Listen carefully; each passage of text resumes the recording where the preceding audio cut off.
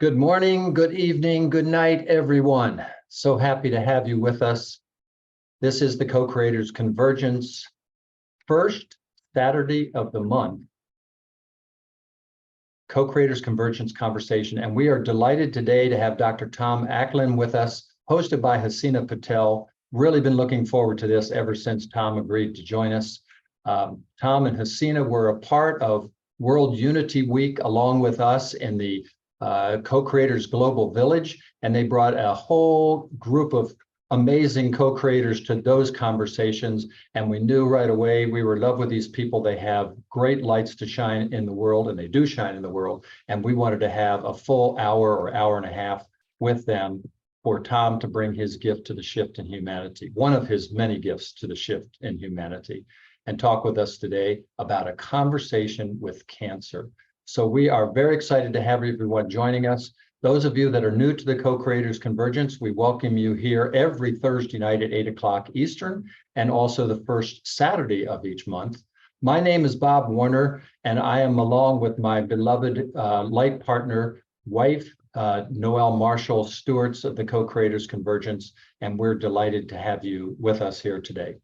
So some of you may be unfamiliar with the Co-Creators Convergence. So we've got a little 1-minute video introduction, and then we're going to toss it over to Haseena and Tom and enjoy the rest of this time together. A very creative and blessed conversation. So stand by.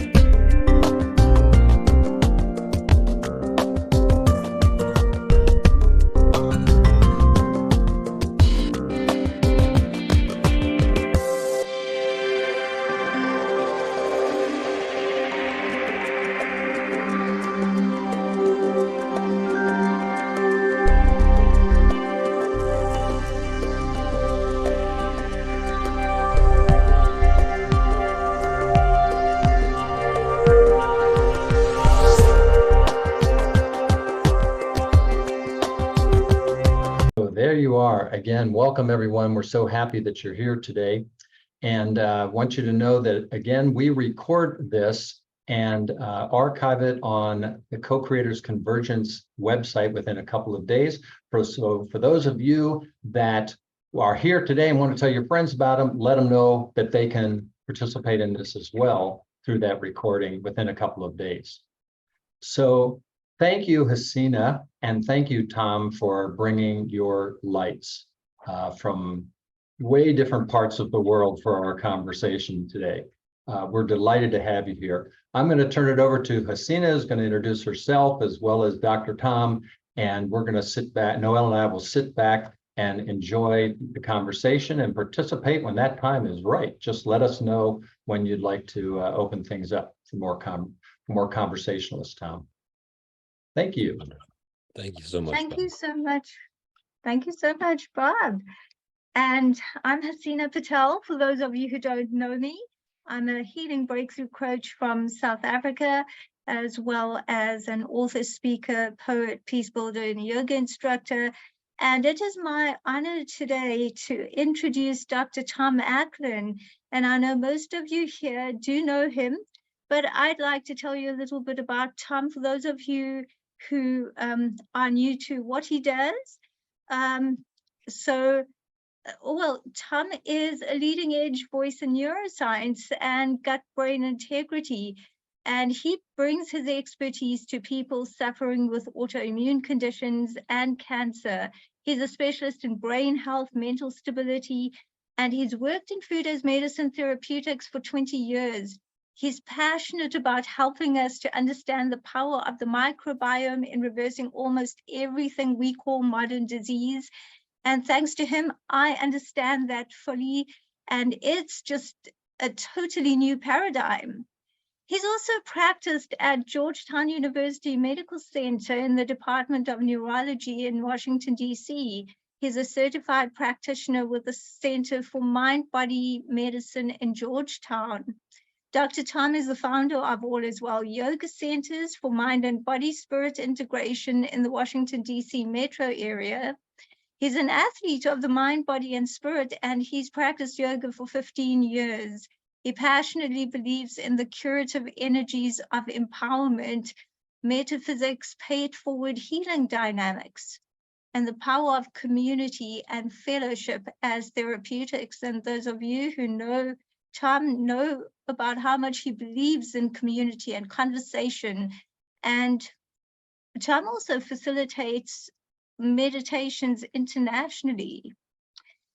So in the spirit of all of this, I'd like to hand it over to Dr. Tom Acklin, and also just to welcome everyone. If you have questions, comments, Dr. Tom welcomes interaction, and just put your comments in the chat, and we'll be checking the chat and replying. And this is a community spirit. So Tom, over to you. Wow. Warms my heart. Thank you so much. Definitely community spirit, yes. And you speak those languages too. And it's always humbling to hear one's list of menu of accolades. Yeah. And we can all do that. And I wasn't going to speak to this, but we may find a moment of reflection, and in a little bit we may have a little centering practice. We'll see how that goes. But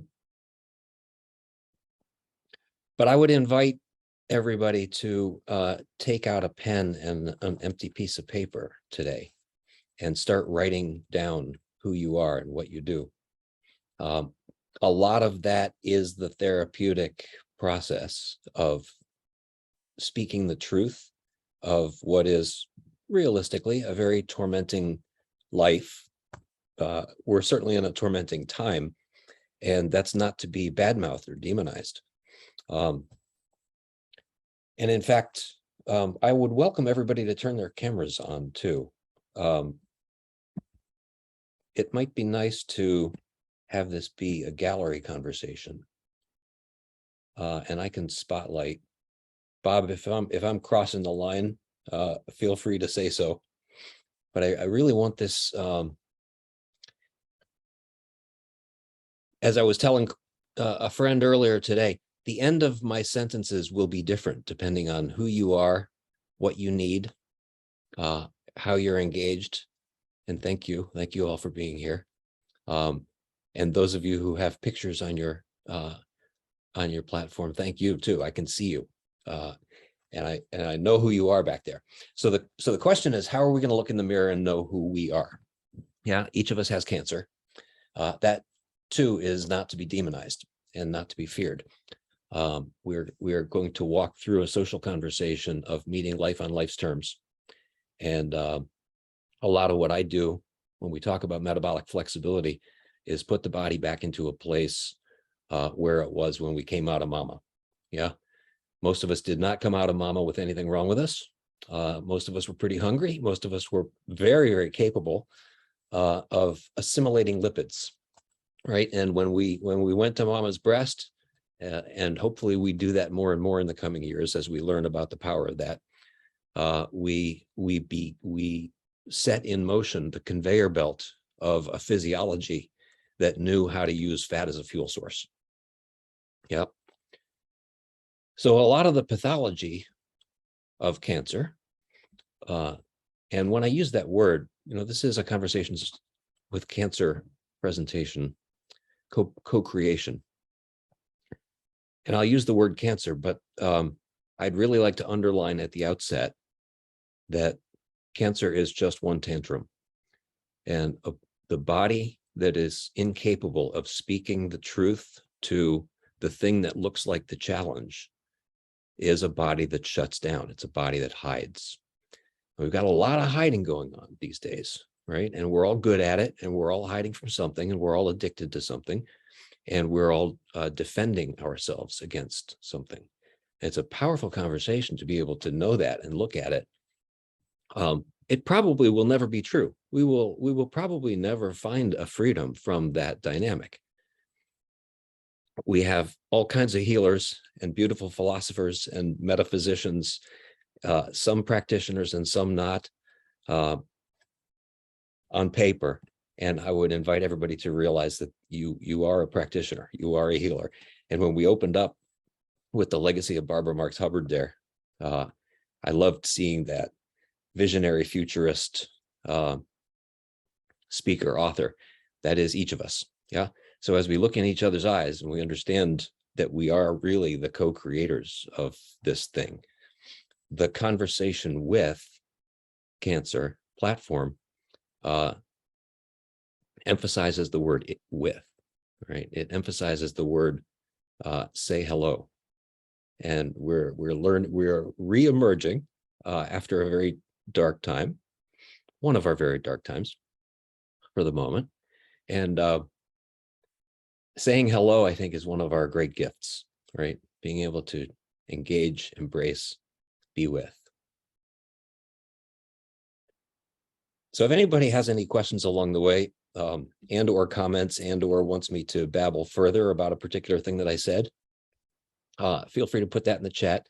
Haseena is going to be my partner in crime here and try to rein me in when it's time.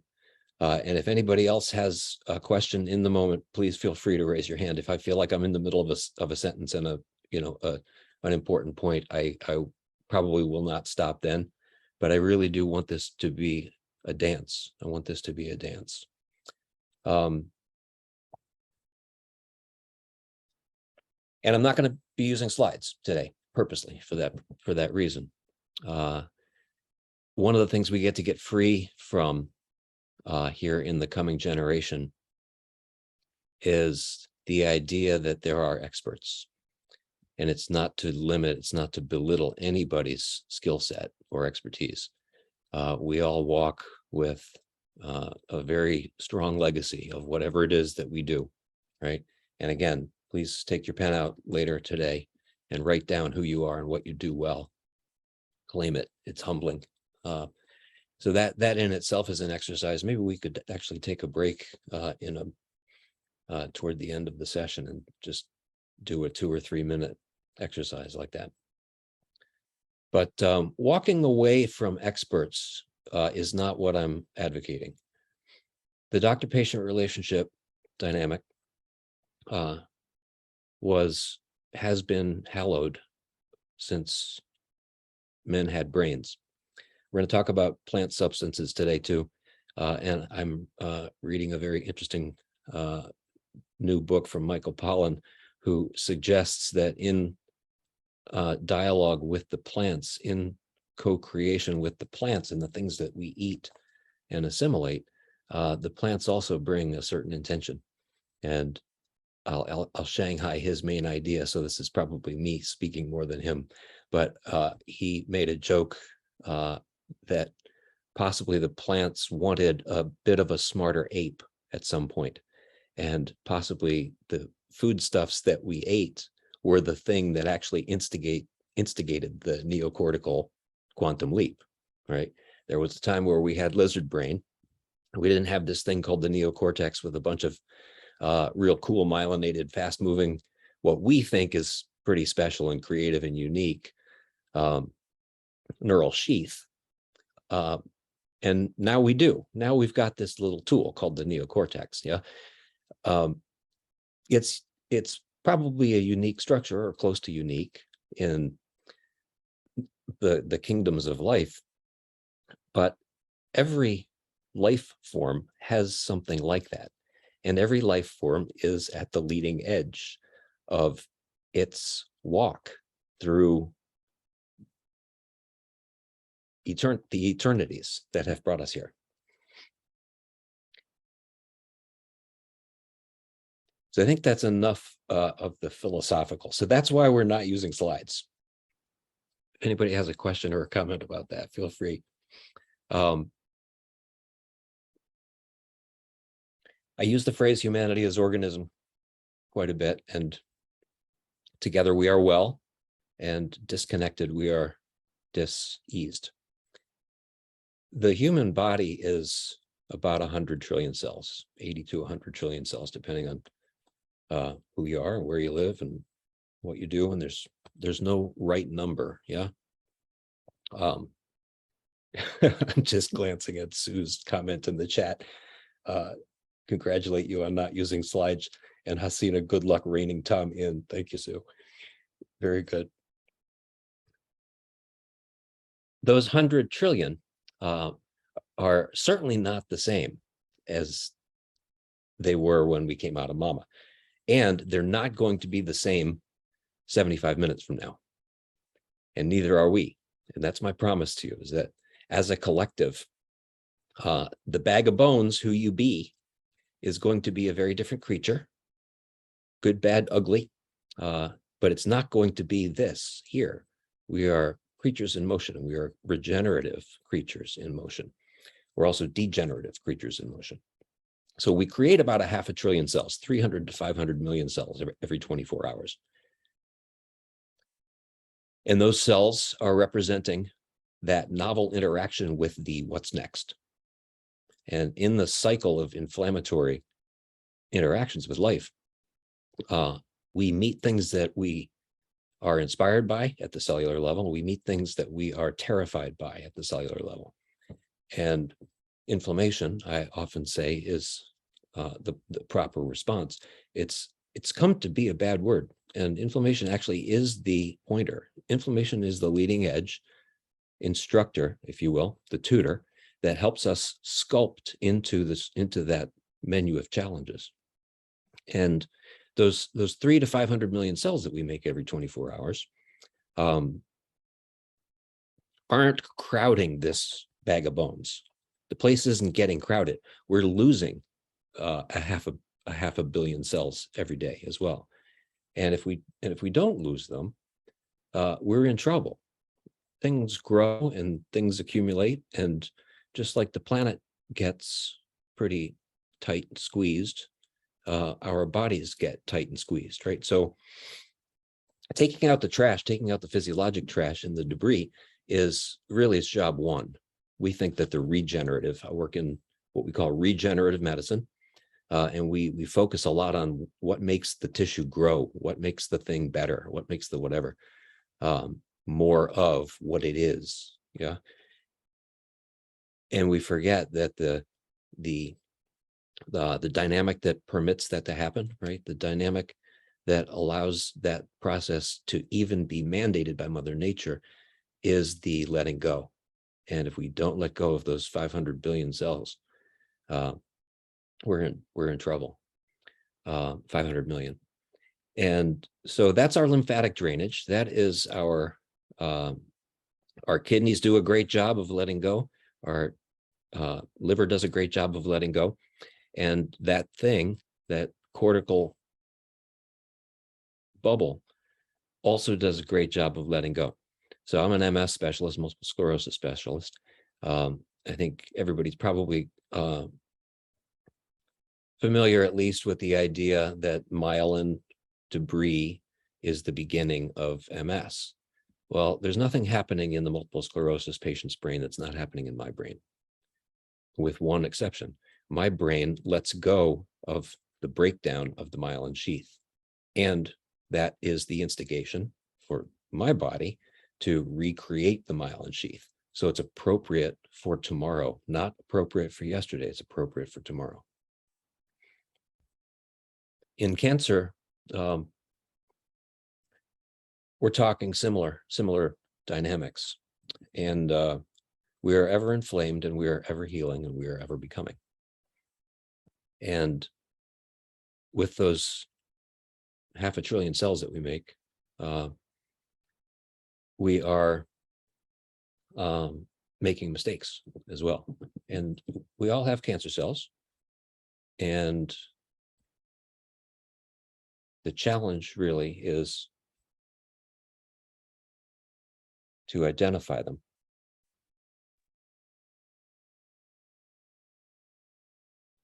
Our cells come and go. I'm looking at the chat. Thank you. Yeah. Our cells got to come and they got to go. Amen, Bob. Tom, there are Oh. 2 questions in the chat there. Sure. Okay, so the one is, what is the best diet to keep inflammation down? You've just spoken about inflammation and cancer. So where would we start? Yeah, thank you. Let me say one more quick thing about this cellular mistakes.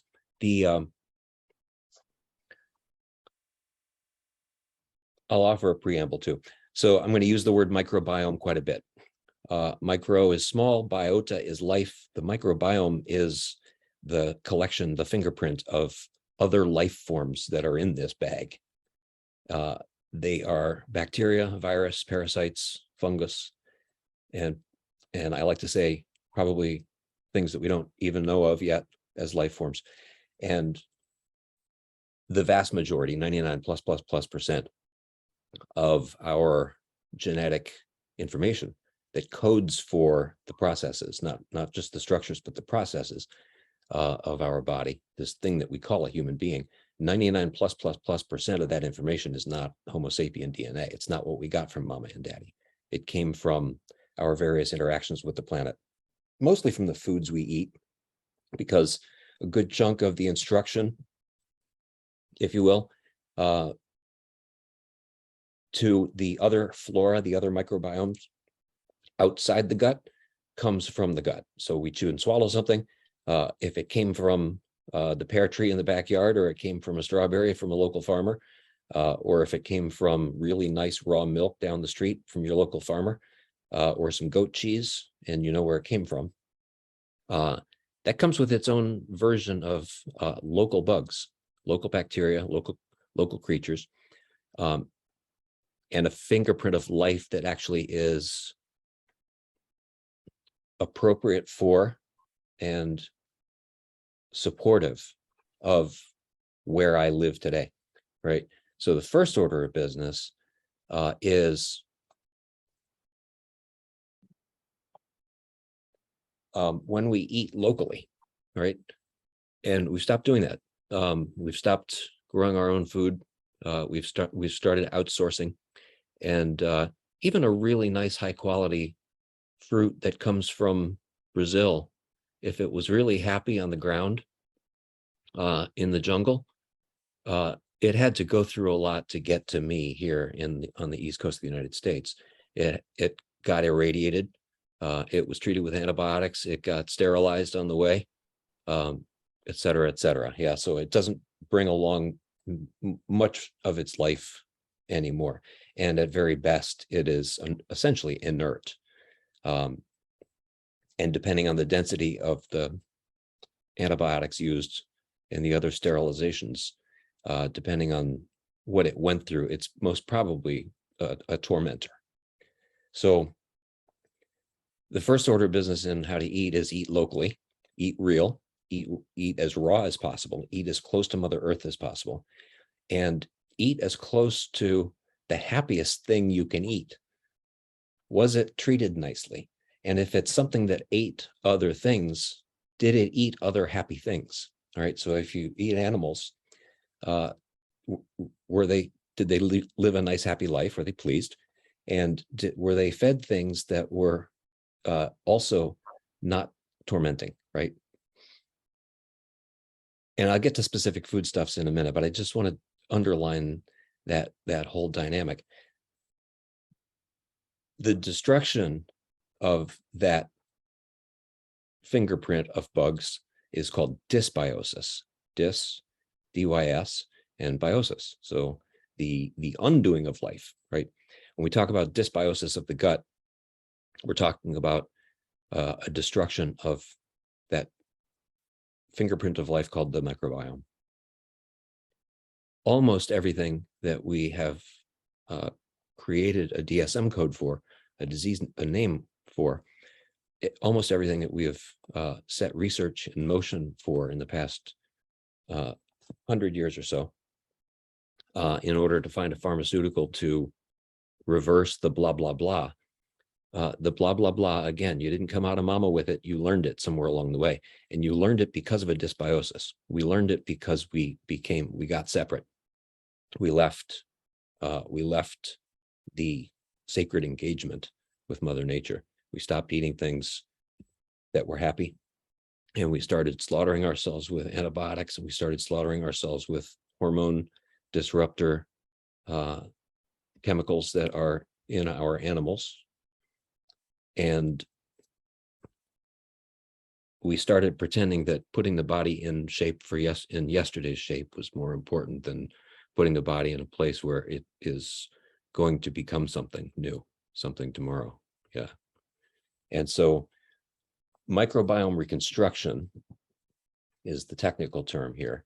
What that means is you eat as many bugs as possible. How do you eat as many bugs as possible? You can eat real food. We have resorted now to putting, I got a set of bottles here on my table here. And because most of our food is not food anymore, even when we work very hard at it. And so supplementation has really become mandatory along the way. And you can take probiotics in live species, and there are wonderful collections that of probiotics. You definitely want to be able to identify the manufacturer and check out where it came from. And just like a wide variety of foodstuffs is our goal, a wide variety of bacteria in species in the probiotics. So I like to tell people, you don't necessarily want to take the same probiotic every day for extended periods of time. It's not that it's bad, it's just it teaches the body to be lazy a little bit. And it also teaches the body not to expect novelty. And a lot of our metabolic flexibility comes from being in a space of novelty and letting ourselves be in that creative, wow, I did something I didn't know how to do, right? That's the space we're after. Those bugs come along with the food. If they don't come along with the food, but they come in one of these little plastic things, we need the fiber as well. So each bacterial species has its predilections, has its favorite growth, and some prebiotic fibers, plant foods are fiber, and some are more generous and allow different species to grow on them, and some are a little bit more stingy and they only allow certain species. A lot of the succulents, aloe, for example, cactus, a lot of and mushrooms, very generous because they lived hard, right? They had to work hard in their life. And so they bring along a certain spirit, they bring along a certain energy, and they bring along a certain willingness. They too bring along that flexibility and that sense of, wow, I can do something new, right? And so those kinds of foods that we glorify, that's the growth media. And I like to use the analogy that they are like a canvas, and the bugs are the paint. So to the extent that we have a wide variety of foods, and what's a wide variety? As hunters and gatherers, we ate thousands of species of food every week, and maybe more. And now we've gotten to a place in the modern world where we've significantly shrunk that kind of variety. And even when we eat what we think is well, it's usually the same stuff. It's the same broccoli, it's the same avocado, and nothing wrong with broccoli or avocado. But one of the things I like to tell people is get to your farmer's market, or even better, get to know your local farmers, or even better, grow it yourself. Find out how to plant some seeds and do your thing, and eat something novel this week, and maybe 2 or 3 things novel. Eat something that you haven't had, and then little by little, slowly introduce, and back to the place where the body actually starts craving some things like that. So to the extent that we have that, and the extent that we have that wide variety of foods, we've got the wide variety of willingnesses. And not only do we put the metabolic competence of the body back, because that organ called the microbiome, which is the epigenetic determinant of our tissue health.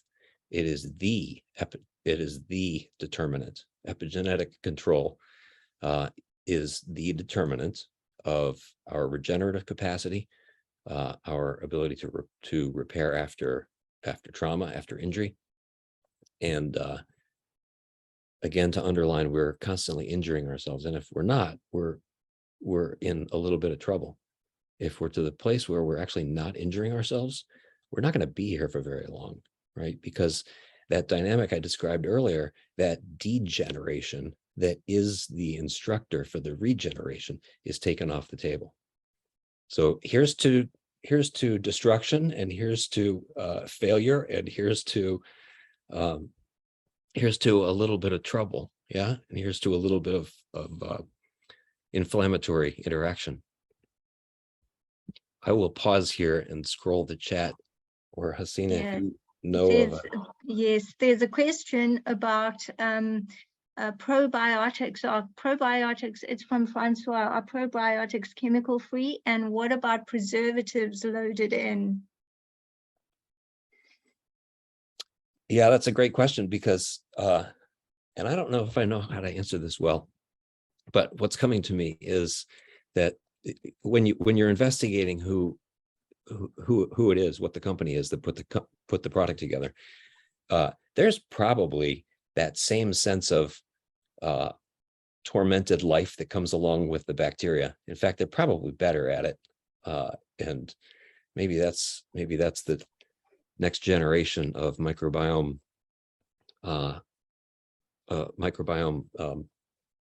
research. But certainly, yes, you want to make sure it's preservative free. You want to make sure it's not drinking a kombucha, for example, that comes along with a high glycemic spike, a bunch of sugar and a bunch of corn syrup. You know, even though it's marketed as a quote probiotic drink, and it's got a, you know, and it comes along with a huge inflammatory, that's of course to be avoided. And you want to investigate if you can't find the company's manufacturer line, and you can't find evidence on their websites, then it's probably not something you want to put in there. And the guidelines are very shifty as well. The guidelines for everything these days are a little shifty, but that which could be called a probiotic is not clearly defined by law.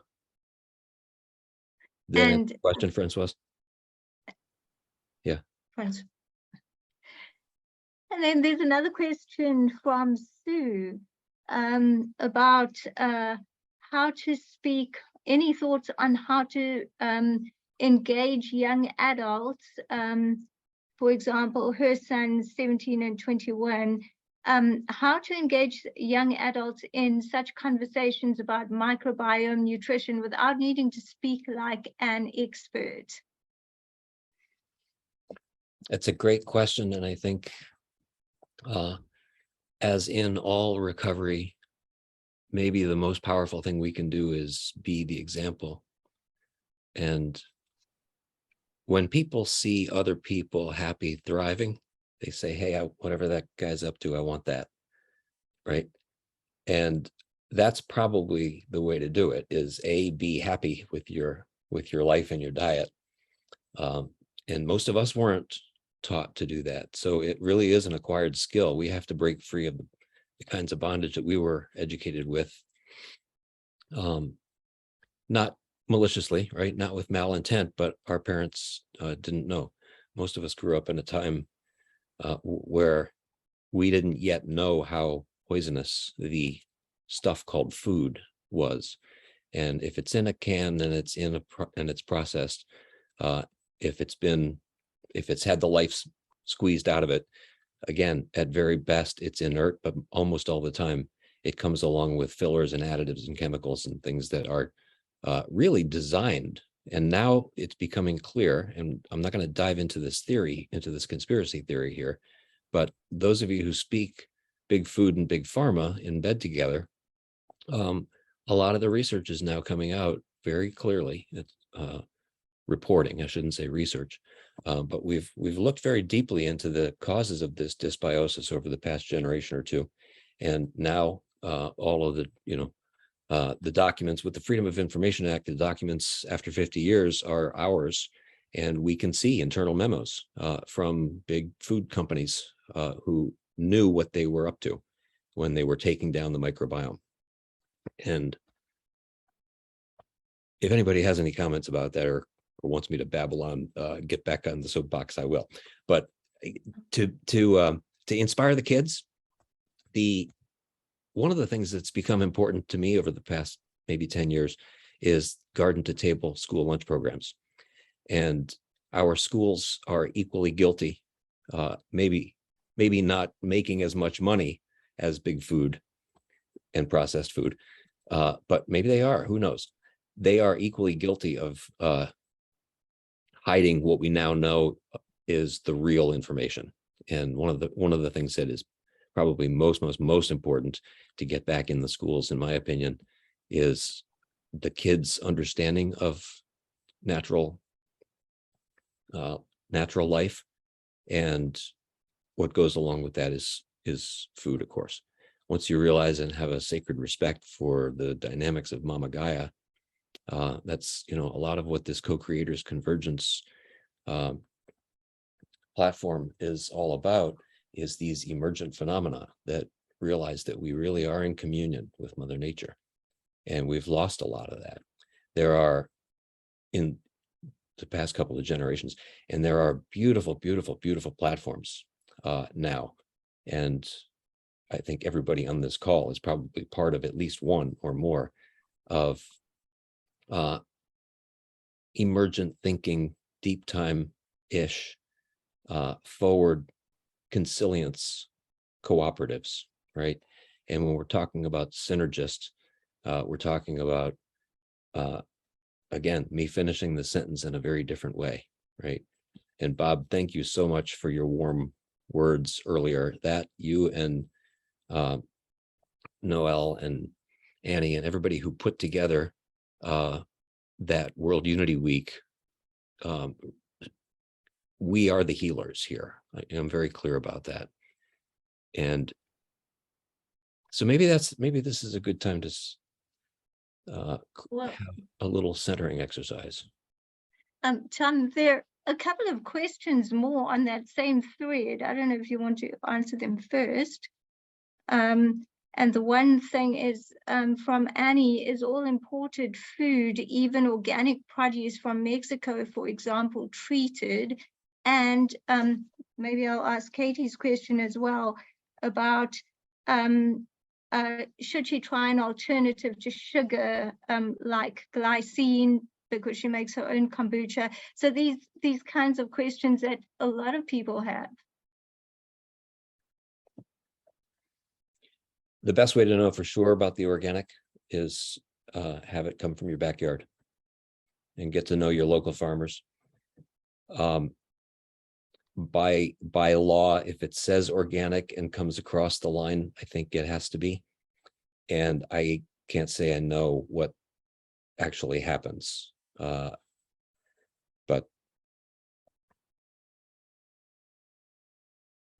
it is incredibly important, and it's certainly worth it. It's the best investment we can make to not eat inorganic material. And I think everybody gets the maybe I should talk about the glyphosate conversation for just a second, because that's what I described as the dysbiosis of the human being, the destruction of the microbiome in the gut. And by the way, we have microbiome, we have fingerprints of the flora. We call that flora life form. We have different flora on our face, and we have different flora in our ears, and we have different flora at the bottom of our feet. And again, all appropriate for the tissue in which it resides, and all ever changing. And to the extent that we have sterilized, and one of the strangest public health messages we've gotten here is to regularly sterilize ourselves. Dangerous and wrong. And so the bugs do the work, and the bugs on the body confer an immune competence. And that immune competence is the tissue repair dynamic. It is the tissue repair mechanism. And it is the thing that notices the mistake in cancer cell, right? When certain cell comes out and it's not pulling its weight and it doesn't look like the other cells and it doesn't look like it can probably do what the other liver, it can't grow into a liver tissue. It's summarily removed with that trash removal mechanism. So that's the dysbiosis and the dynamics there. In the soil, the same thing happens. So monocropped soil, for example, is living a very fragile life, not exposed to a lot of those various torments and varieties of experience. And one of the things that we now know is that we began poisoning the crust, the Earth's soil, very dramatically when we started using glyphosate. We started using Roundup and other weed killers, and glyphosate in the food brings, again, a very tormented food. So it brings essentially zero nutrients and probably a lot of harm. And if you're eating inorganic vegetables that were bought at the grocery store, almost always they come from monocropped farms and big industry farms that were glyphosated by law now. And there are certain sales, there's certain marketing constrictions now that strong arm the commercial provider into participating in those dynamics of torment. So that's the glyphosate. It's taken down the normal microbiome of the soil, which is incredibly rich, as diverse. We have tens of thousands of species in our body of bacteria and other life, and even more in the soil, of course. And to the extent that the soil saw lots of different life, it becomes lots of different wisdom, and then happy plants grow from it. The sugar conversation is, Katie, if you made it and you know what went into it, it is a loving creature. All right, it's a loving deliverable, and you can your body will understand when it's time to not overindulge. Yeah.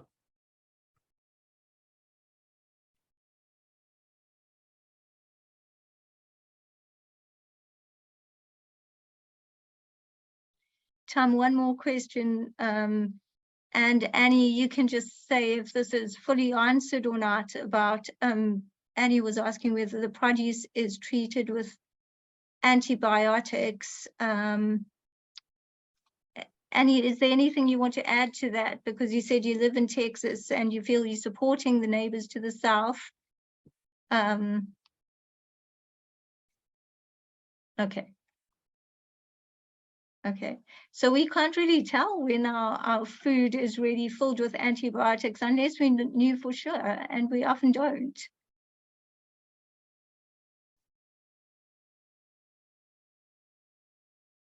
Okay, awesome.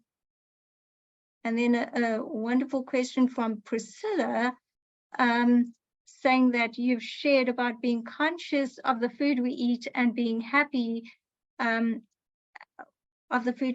being happy food, and if our choices are limited, can we not shift that vibration of the food through blessings and thanksgiving so we are still being nourished? Such a great question.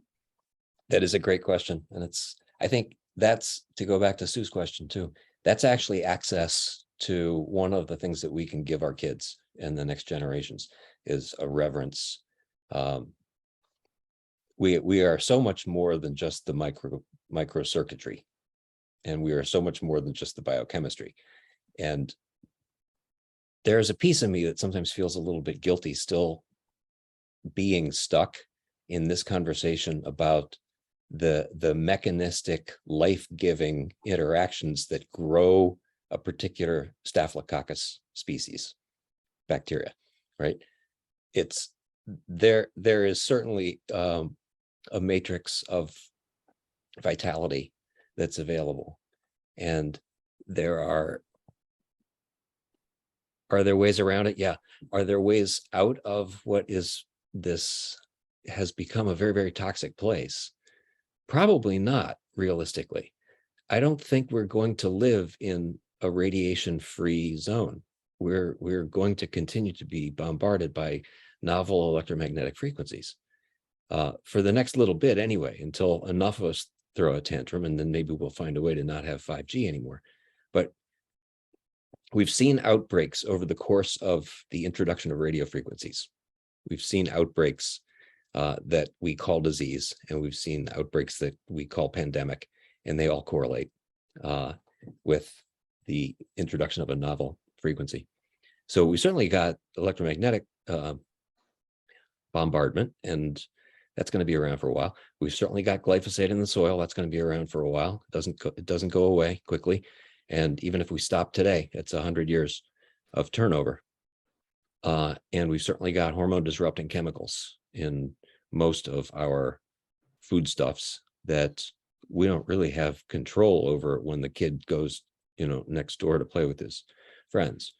But in that space of building community, in that space of paying attention, and just like a body that has a vigilance in its immunologic survey, the body politic, the social fabric, there is a certain vigilance in being able to interact and know what all of the different pieces are doing, right?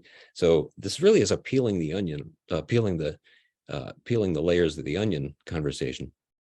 And in the interim, given all of that poison and the toxin, is there a blessing that can go along with perfectly recreating it? I believe there is. That's my personal belief. And I think each of us has, we're at different places along the line of knowing that I can say X and produce X. But there are plenty of spiritual warriors who went before us and did this many times, and they were just fine in the face of lots of torment, right? Pick your favorite story, pick your favorite Messiah, and plenty of people out there doing miracles. And when you're doing your little exercise, writing your biography later in the day, write the miracles that you've created too, that you're afraid to say out loud because you think people won't believe them. And I know you've done them. Yes. Annie, yes. Yeah, I Speaking of wanted to miracles. pursue. I'm sorry. Speaking of miracles, I happen to know you're one who has done many. Thank you. I feel like what we were discussing earlier is just part of a bigger question of balance. So I shop at a Whole Foods that's like 5 minutes from where I work. I probably pay a little extra. I know I pay extra there, but I don't have to drive as far. It doesn't take my time. And I buy organic produce. Some of it's grown here in Texas and some in Mexico, which I'm in Central Texas. So, it's not that far away. And I'm very aware of the border issues and the challenges that people have living south of us, and really want to support those communities. What you're sharing here, Dr. Tom, is so much about, giving us information that we don't have.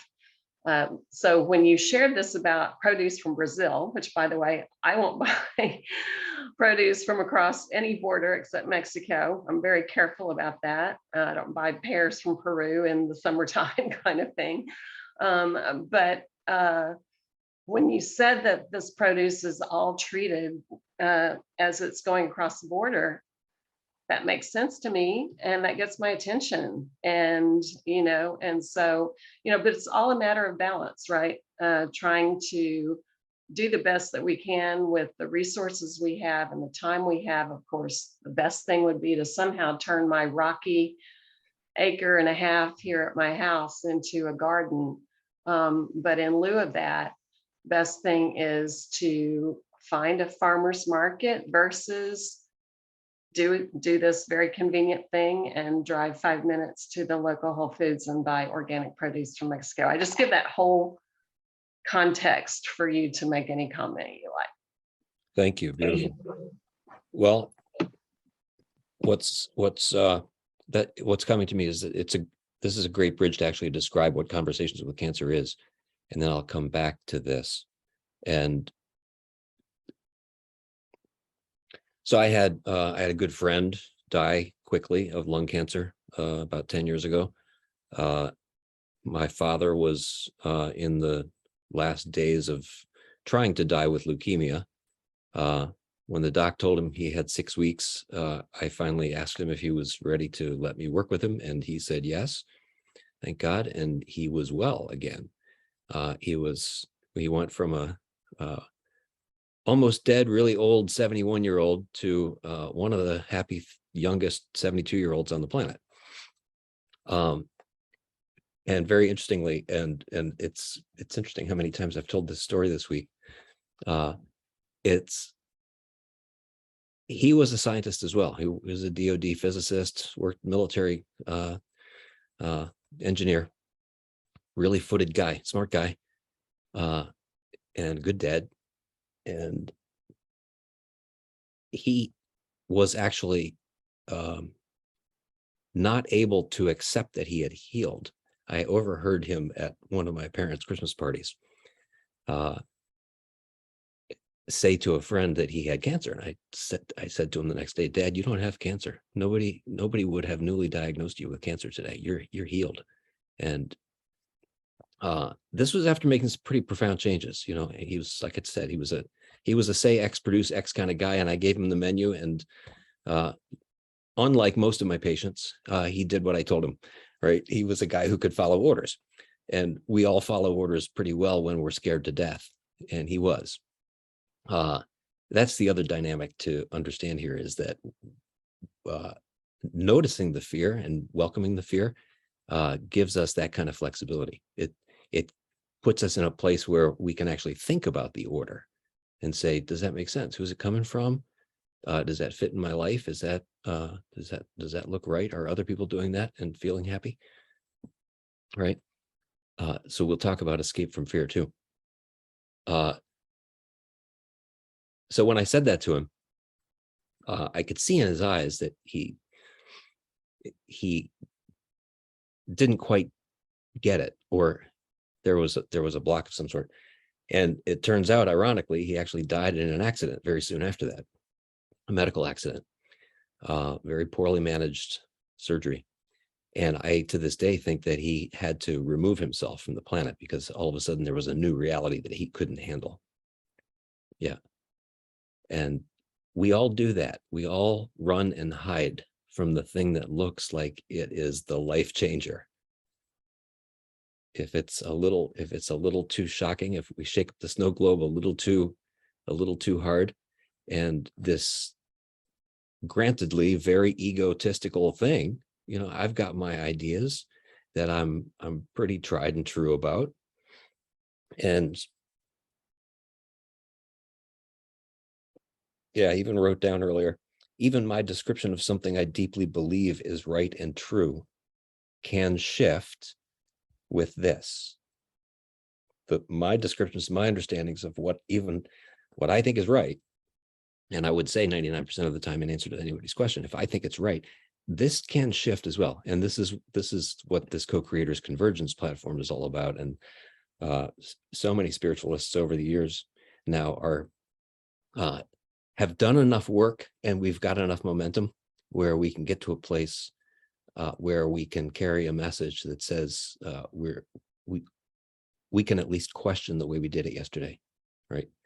And so Conversations with Cancer is that. So I had a very interesting high density of death in my life. And I was maybe 5 years into learning food as medicine dynamics and realizing that MS was a healable condition, realizing that almost everything we call disease is a healable condition. And I had enough under my belt to realize that my world of recreating immune competence was exactly the same cellular dynamics as recreating oncogenic. So that ability to notice the first mistake in the oncogene, which is not a mistake, by the way. It's see, even I need to recreate the language there. It's the informational inflammation, right? For who knows, maybe our immune system to sort of cross-train. Maybe the universe and the dynamics of God's magic have those mistakes built in, right? So we can constantly sculpt and change and morph. But so I was just starting to learn those languages. And then I realized that, took a look at our dynamics of how have we been treating cancer. First of all, why is there cancer now? There wasn't 200 years ago. Why does everybody have cancer now? And what are we doing about it? Well, what we're doing about it is hiding it. You can take out the tumor. You haven't taken out the disease. You've taken out the evidence of the disease, right? And you've put the body back into a place where it is falsely eased, if you will, falsely comforted into believing that it's okay. Another tumor will show up. When we hear things like, such and such breast cancer goes with a higher incidence of lung cancer and blah, blah, blah. It's the same disease. It's just a matter of which organ is throwing the tantrum. And if we take out the tumor and we pretend that it didn't happen, and we look like, and we don't look at the etiology, we don't look at the epigenetic impact that brought about that inability to notice the cancer cell in the first place, we are essentially sentencing people to a next disease, a discharge diagnosis post breast cancer removal of patient is clear is malpractice. And I'll just say that in as many different ways as I can for the rest of my life. And not about breast cancer, but about all cancers, all pathologies, all disease. So I saw these dynamics, and I saw this story playing out, and I saw the beginnings of what I now know is a very deep intentionality. I think I was still being quite fair about 10 years ago, and thinking that big pharma had the best of intentions and that most docs had the best of intentions. And I still think most docs have the best of intentions, but they, like I, were very deluded and strong-armed into practicing in a certain way, where literally it's illegal in some places to not prescribe such and such therapy for such and such disease, not doctor-patient relationship, not bio-individualized medicine, not in the best interest of the patient, systematic malpractice, sentencing the patient to another tumor someday, or another autoimmune disease someday. So when we put steroids on board, we've taken off the fire alarm, and the fire's still there. And pain management, same thing. The opiate crisis is a whole nother conversation, and interestingly, equally fascinating when you dive into the was this a created creature? That's for another day. So I started paying attention to this, and then I started, and I was just also deep enough into a meditation practice, having trained as a yoga teacher for a bit, and a couple of years into learning meditations and leading meditations. And I started offering people an opportunity to look in the mirror and say, this is my tumor. What is it suggesting to me? Which doesn't mean don't take it out. But it does mean, it just means, what is there to learn? Why did you appear here in my life? What are you offering me as a chance for the next growth?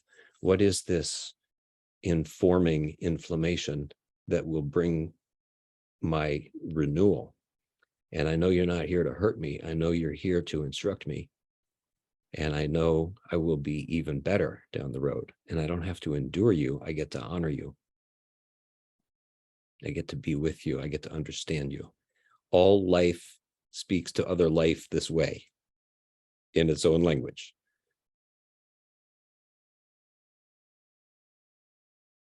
I think that might be a nice bridge, and I can talk more about the conversations with cancer protocols and whatnot after a little exercise. Shall we do a little centering?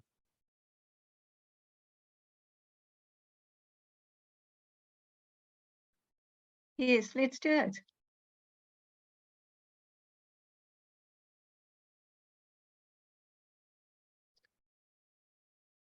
I think almost everybody can probably come up with something that really got your goat this week. If you can't, think of somebody else you know who's a little ticked off. Maybe going through some interesting times.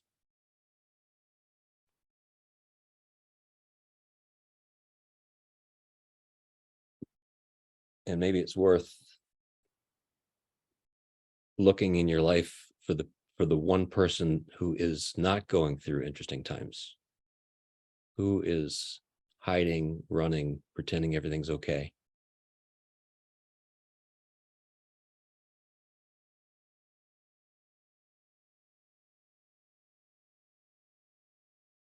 So we've all got a little tribe of people in our movie theater right now, right? Think of all the people who you touched this week, all the people who impacted you, good, bad, ugly.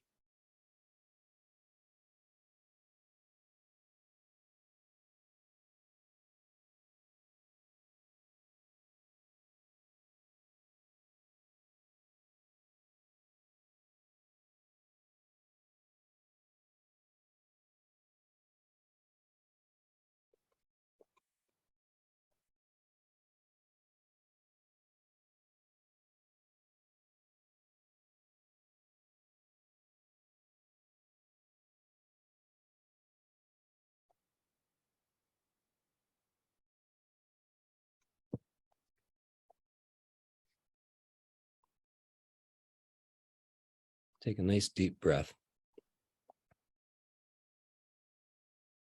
Exhale slowly, slowly, slowly through your nose.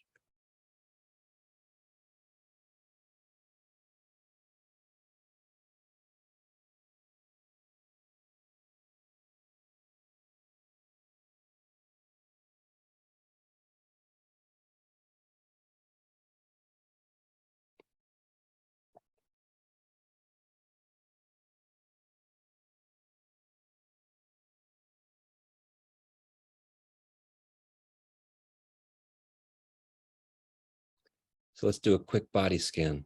Everybody just notice your hair, notice your ears, notice the way your tongue is sitting in your mouth. Notice the various impacts on your person. There's pressure where you're sitting. Notice your feet. Notice any parts of your body that might be touching other parts of the body. Notice the way your clothes feel.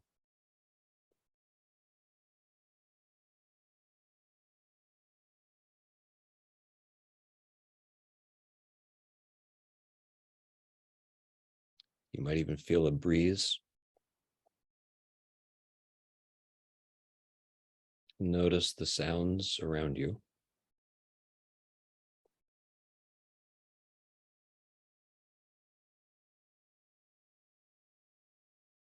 As you're noticing the sounds around you, give yourself credit for being a bit surprised that you noticed something that's been there for a while. Trying to get your attention, maybe. And it's okay that you didn't notice it.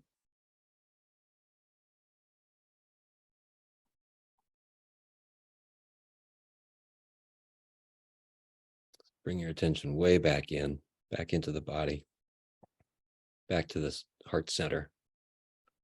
See if you can feel your heartbeat.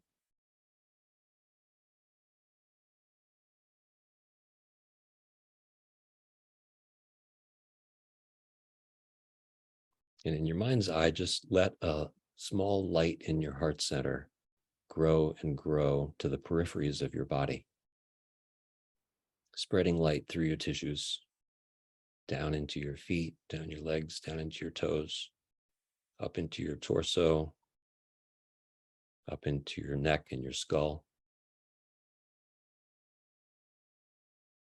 Feel that radiance. Just feel that warmth, that light, that information is always, always there. This is in abundance. We live in the matrix here, where all resources are always present, always available, always communicating.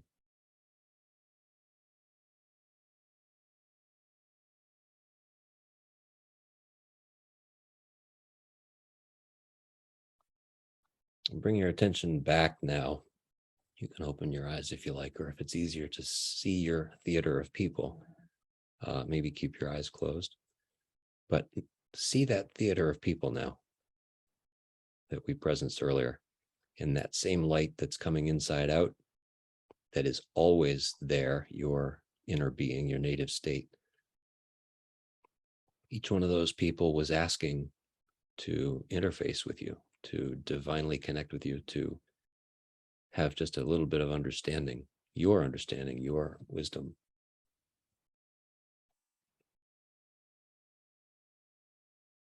And to the extent that we turn off that light, we deny what is an abundance of wisdom to those who can use it. And we do that all the time. Let's also give ourselves forgiveness. Let's also forgive ourselves for having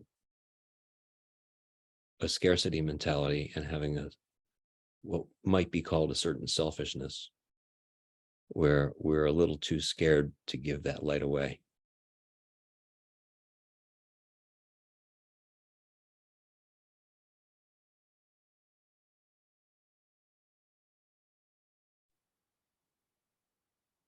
And now very clearly say to yourself, I'm scared to give my light away. And when you say that, where do you notice it in your body?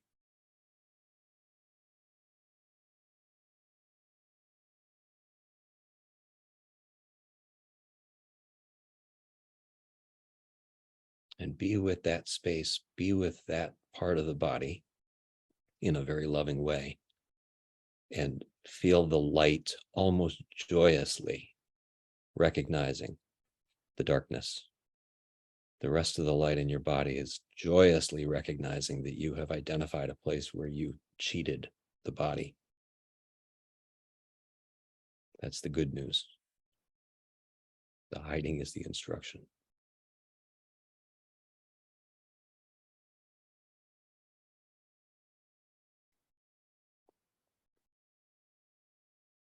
So come on back and notice where you are again in the physical world.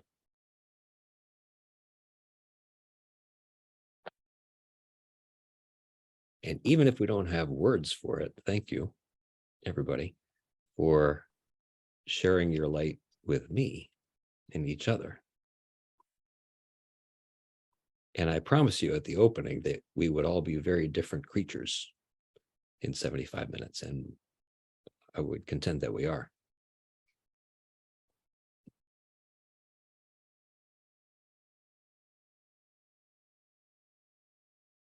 So that's the Conversations with Cancer ideology. And the general approach is give people permission to speak to, and in many different ways. We have lots of different ways to express ourselves: writing, singing, some people play a musical instrument, playing with the animals in our houses, playing with the kids, playing with each other. These are all different ways of self-expression that will always, always, always shine the light and instigate a holistic physiologic flexibility.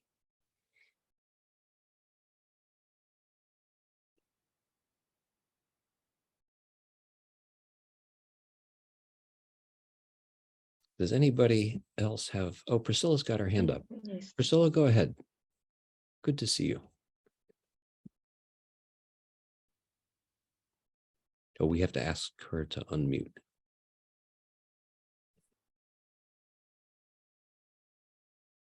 And okay, is that good? Yes. Yes, ma'am. Okay, so beautiful, beautiful, beautiful, Tom. And I really just wanted to share this awareness. One of your first statements was an athlete of mind, body, spirit. And I wrote that down because you know me, I love being the athlete, and I loved that analogy. And then you spoke of job number one being synthesis, movement, and release, that those are things that the body needed to go through to do all the things that it needs to do. And as you progressed through your conversation here, it came to me, and specifically when we were just in that moment, that that same process happens in the mind, that sense of synthesis, movement, and release with our thoughts, to have healthy thoughts, and spirit-wise, that same process, the sense of synthesis, movement, and release within our spirit, all, so mind, body, soul, it just all came together, and all that we're talking about. So you can share with it on the level of food and taking care of that body. And we can look at the other aspects of our lives, and we can use that sense of same tools to clear our minds and to clear our spirits. And I just had never put it like that together. And I loved it. So thank you, thank you, thank you. And the other thing, for me to say conversations with cancer, I almost didn't tune in, because a big part of my mind is, I don't say the word, the diagnosis is. I have taught my mind and heart that I don't have to have a diagnosis or put meaning to those words. But you asked us to be brave, and I thought, I can do this. I don't like to put energy to that word, but it's only a word. It is only a word. And the only way it affects us is when we put meaning to it. So I thank you for allowing me to step out of that comfort zone I had myself in and learn. Thanks. Beautifully said. The only reason it is a word is because we put meaning to it. Yeah. And that meaning can shift and morph. I heard a beautiful speaker this week describing charity and the etiology of charity. And when you think about these abundance dynamics, if Mother Nature is always, always, always providing, and there is always the sacred interface, where we have cheated ourselves of that interface, we have created the necessity for charity. And he was describing charity as the sequela of some sin, some original sin in which we did not attend to the win-win, right? There is always the win-win. There is never such a thing as not win-win as far as Mother Nature is concerned. And from our little perspective, with this little cap here under the skull, we've got concepts that we've put into words. We've got concepts of, well, here's why we do what we do, right? And we're constantly robbing Peter to pay Paul because we didn't sacredly attend in the first place. Well, it's been a beautiful workout this past hour. Wonderful, nice. Thank you. Wonderful, wonderful. Tom, I think that's such a beautiful, Priscilla, I just loved that.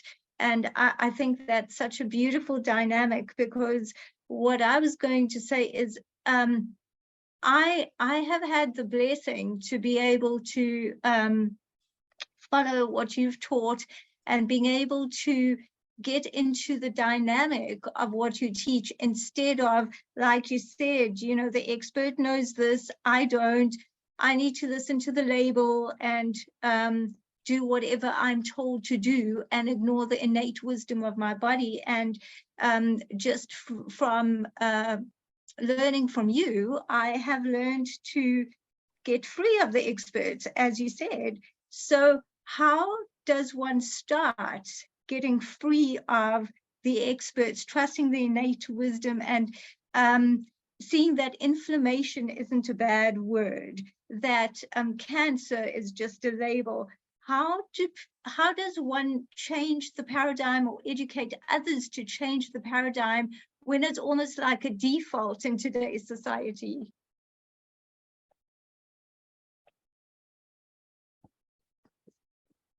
It's a deep question. It's a rich question. Again, I think it's a tribal conversation. And the more we're connected, the more we are well, and the more we know that we don't have the answer, and that nobody else does either. And that's last part, I think, is the key. Nobody else has the answer. We talk about reclaiming personal sovereignty. And when we put the body in shape, then all of a sudden we've got a mind that's making better decisions. That's one reason to feed our kids well. We've got a mind that's making better decisions and navigating through the 3 dimensions of life.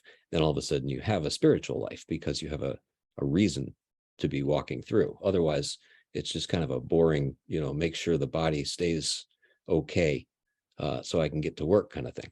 And so the spiritual life, I believe, is a ballistic reflection. It's almost a mandatory reflection of a body that is in decent shape and in tribe. And the fear mechanics really don't have a foot there. Again, it's the interloper, just like the new virus that shows up into a healthy microbiome, and out goes the virus, right? That's what I call the immune shrug. It's the troublemaker on the playground. And if they're happy kids on the playground and they know what's going on, and they're then that troublemaker is not going to stick around very long. Out he goes, right? And in every body politic, we can look at that dynamic as well. We've got special interests that have now come in and gripped and very successfully created a word, right? Back to Priscilla's word, created a word that they again brought along a narrative of fear to go with this word, where most of the rest of the world knew differently. Most of the rest of the world knows that cancer is not the issue. Most of the rest of the world knows that diabetes is a reflection of our habits, and so on. Pick your particular metaphor there, but it's a who's got the microphone, I think, is the thing. And in tribe, we can teach our kids and each other to not listen to the guy with the microphone. That's where I give my microphone back. Drop. That's powerful. Did that answer the question? Do you have any follow-up thoughts? You could probably answer that question better than I can. I think that there isn't there isn't really an answer except to trust in one's wisdom, and just not buy into that fear. And I think that's something when we all sort of steer away from our deep alignment, then we start introducing these other dynamics. And then just to get back to that and saying, this is not me. But it is often a source of frustration when explaining these dynamics, and people wanting to say, no, but the experts say this. it can be a source of frustration, but it's just alignment. Well, and it's inquiry as well. And a healthy, courageous body politic has a level of inquiry, has a healthy level of skepticism at novelty and an inquiry, right? You can call that a social inflammation. And similarly, the body does the same thing. Healthy, thriving microbiome equals healthy, thriving population, call it the body politic, where there's a congress of voices that suggests that novelty, again, be inquired upon. And at a cytokine level, at a biochemical level, that's where I started with conversations with cancer, was to look at the biochemistry of it and the immune competence, put the nuts and bolts together of, how do we put that back together so physiologic regeneration is possible. Tilt the body from degeneration to regeneration. Food as medicine dynamics do that perfectly. And then in the space of, I think I lost my, am I still here? Oh, okay. Yes, you are.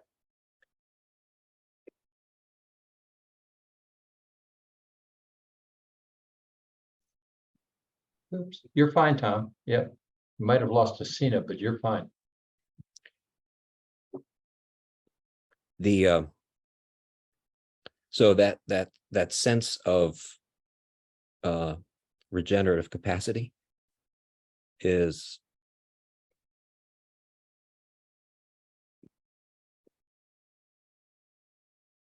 it's both the foundation and the avenue for the inquiry. And then I think it just happens. I think without it, I don't know how to say that any differently. Bob, could you reflect that back to me and tell me what I said and see if I said it? Or Priscilla or anybody else who wants to raise their hand? I'm not sure I can repeat it back to you. I'm not sure I can repeat it back to you. Okay. But you definitely were answering the question that Haseena has, and she'll probably rejoin us here in a moment. This has been amazing conversation. We only have a few more minutes, but and I want to invite you back. You mentioned about opioid. That's a whole different discussion. Maybe that's a whole different conversation for another first Saturday. It would be wonderful to have you back again. I want to presence my Climate Victory Garden yield here. When you were talking about vegetables, these came from about somewhere between 22 and 25 feet from our kitchen sink. And this will be the one that I'll eat this week for the first time ever. That is a Bishop's Crown pepper. Never had one of those before. So doing that. But I have a question about, so you talked about teaching children, anti-types in that conversation, Haseena, and whatnot. You talked about washing hands and sterilizing too much. What would you teach your nieces and nephews or your grandchildren about sterilizing and washing their hands? My wife, who grew up on a farm with 14 brothers and sisters, say that I tell her before COVID to wash her hands too much, because having all that stuff on you is a healthy thing that your body is cooperating with, as you've talked to us about for this time. And then we have this moment that happened in March of 2020 and the time that we're living in since. So what is your advice to young people about kind of gathering in everything you talked about, the human body and all the germs and the this, that, and the other that are a part of this dance during these times? Do you tell them to wipe their hands and wash their hands a lot and sterilize their hands and use hand sanitizer, or not? No, absolutely not. From the inside out and from the outside in, the skin has a purpose in interfacing, right? It's the first place we recognize outside forces, and so there's a flora, and there's a different flora in your armpit than there is in your elbow crease. Different critters grow in different environments, and when we take that off not only do we take off that beautiful congress of bacteria that can operate as the immune shrug, right? So if I shake hands with you, your particular version of bacillus is probably meaningless in the grand scheme of things, right? If I roll around on the floor with your dog, that might be a bit impactful, right? But if I've got a healthy, thriving microbiome, then what I touch when I grab a laundry cart, a grocery cart, it's not going to impact very much. Where I have a very fragile microbiome, i.e., sterilized and slaughtered, the opportunity for a new colony to form is much greater. It's as if I shake hands with you after sterilizing my hands. I have just put myself in peril, right? You might be of similar creaturehood from me. We might live in the same place, and we might touch the same animals, and we might eat the same food and stuff. And whether or not I've gone to the bathroom recently, has something to do with that as well. But that's the inroad. When I started talking about microbiome reconstruction to my old colleagues and started collaborating with Gut Rebuild for neurogenesis, not very many people spoke the language, but the people that did speak the language were surgeons, because a great place for antibiotics is the surgical suite. Thank God we have it. But we know enough now, and when I newly diagnosed an MS patient or an autoimmune patient or cancer patient for that matter, almost always a year to 2 to 5 before they have had a surgery or a major trauma or a major a course of antibiotics, whatnot, which is, again, great that we have the meds, yeah, for use in a particular situation, but that creates a nuclear wasteland. And so post-surgical microbiome reconstruction should be now a mandatory part of medical care. And if your surgeon doesn't speak that language, have him speak that language before he puts you in the suite and sterilizes you, because that's hugely important. Just like the baby coming out of mama, our first inoculation is appropriately her germs, her bugs, her creatures, her life. And if we don't come out of mama that way, and we don't get that inoculation, which is also in our respiratory tract and the lining of our GI tract, then we're in peril. We're similarly imperiled, and that's essentially what's going on with rising C-section rates equals rising autoimmune conditions in kids. And so same thing, a patient that's coming out of the surgical suite after a procedure is similarly sterile and needs to be re-inoculated, territorialized, and literally territorialized, right? Back to earth. And it's a great way to talk to kids too, is get them out there in the garden, get them planting their food. They know where it comes from, and so they're there with the local bugs. Wonderful. Thank you. Thank you so much for that. Sure. We are at the bottom of the hour, and like I said, we'd love to have more of this conversation. Wow.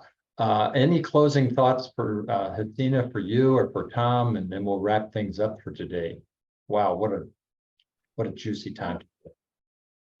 Well, Tom, that was just so amazing. I lost power, so apologies for that. But this was such an amazing mind, body, spirit conversation.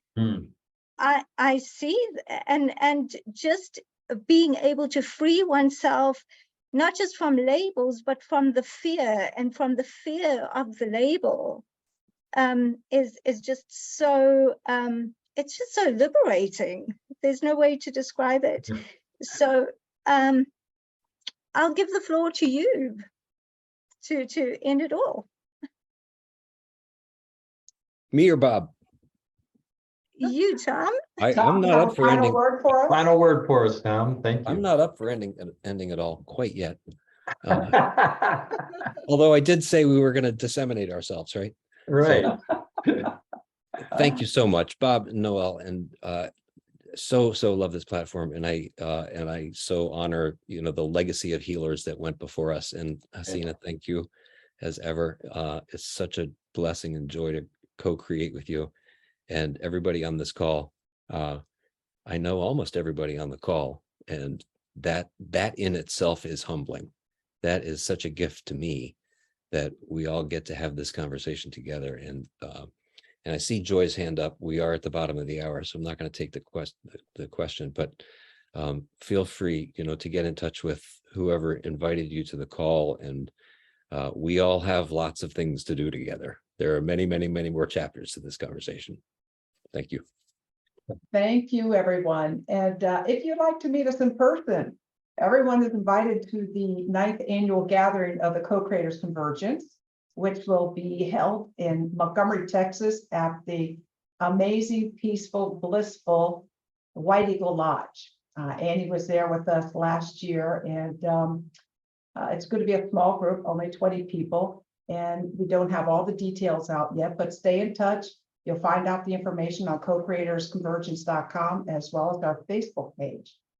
So I say thank you for I've got just such a bright Saturday now ahead of me after this conversation. It's just lifted me up. So thank you, Tom, Haseena, another dynamic duo. Yes. So Yes. blessings all. And you're welcome back here every Thursday night. If you want to get our list of conversation lists and you're not getting that, just put your email in the chat and we'll add you to the list, and you'll know when Haseena and Tom are back with us. Right. So, and next week Thursday night, we have Cheryl Murphy, who's going to be with us. Her topic for her conversation is being authentic with your superpower. I feel like I have so many more superpowers that have been brought to light to me today and that have been going on inside of this body bag all this time. Thank you for waking me up to that, Tom. I really appreciate it. Thank you one and all for making this Saturday such an amazing day. And we look forward to hearing from you. thank you so much.